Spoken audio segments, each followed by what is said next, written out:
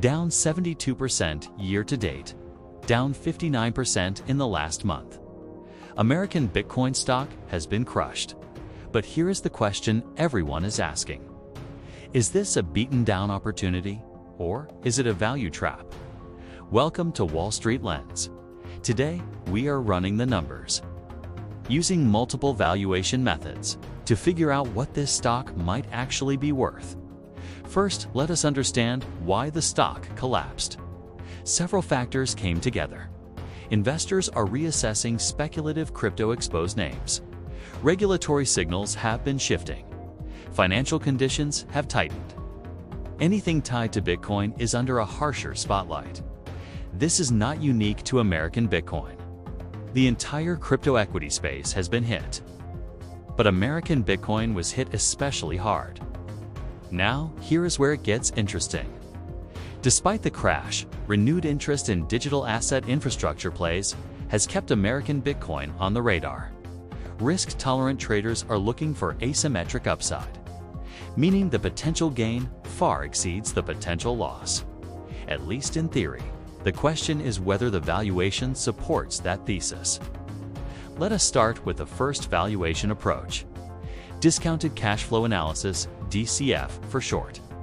This method estimates what a business is worth by projecting the cash it can generate in the future and discounting those dollars back to today's value. It is one of the most fundamental valuation techniques used by institutional investors worldwide. For American Bitcoin, the model uses a two-stage approach based on $26.39 million of last 12-month free cash flow. The analysis projects how that cash flow will grow over the next decade. Under these assumptions, free cash flow is projected to rise steadily, reaching about $231.6 million by 2035, when all those future cash flows are discounted back to today and divided by the number of shares. The resulting intrinsic value comes out at roughly $2.96 per share, compared with the current market price. This indicates a 39.8% discount.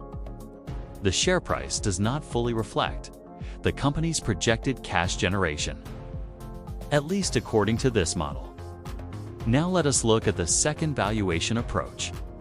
Price-to-earnings ratio for profitable companies. Pay is often the cleanest way to judge whether the market is paying a reasonable price. For each dollar of profit, investors accept higher pay when they expect stronger growth or see the business as lower risk. Lower pay usually means higher uncertainty or weaker growth expectations. American Bitcoin currently trades at a PE of about 9.9.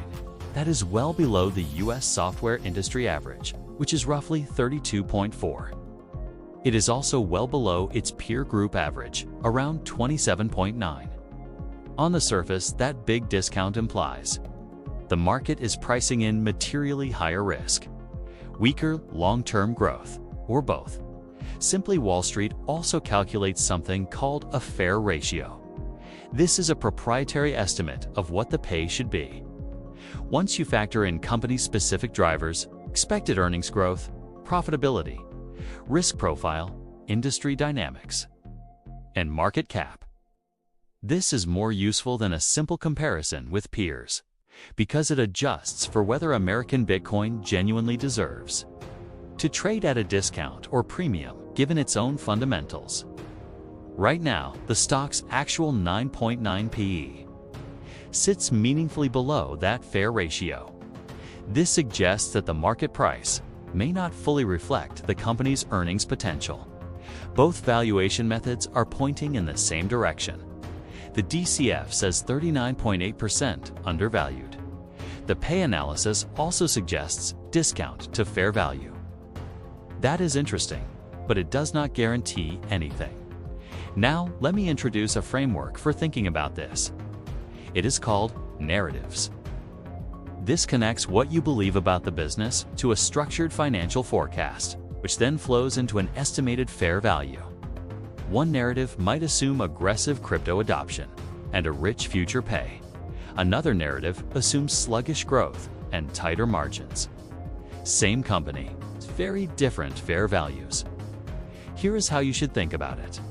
The bull narrative goes like this. Crypto adoption accelerates. Bitcoin treasury model gains acceptance. American Bitcoin scales operations. Margins expand. Cash flow compounds. Stock re-rates to higher multiples. Under this scenario, the current price is a steal. The bear narrative goes like this. Bitcoin enters a prolonged bear market. Regulatory pressure increases.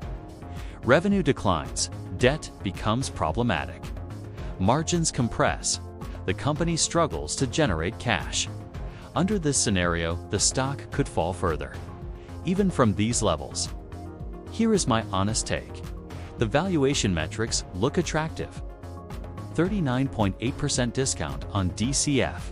Pay well below industry averages. Insider buying throughout the year. These are positive signals, but the risks are also real. 72% down year to date is a massive decline. Something is clearly wrong in the market's eyes. The key question is asymmetry.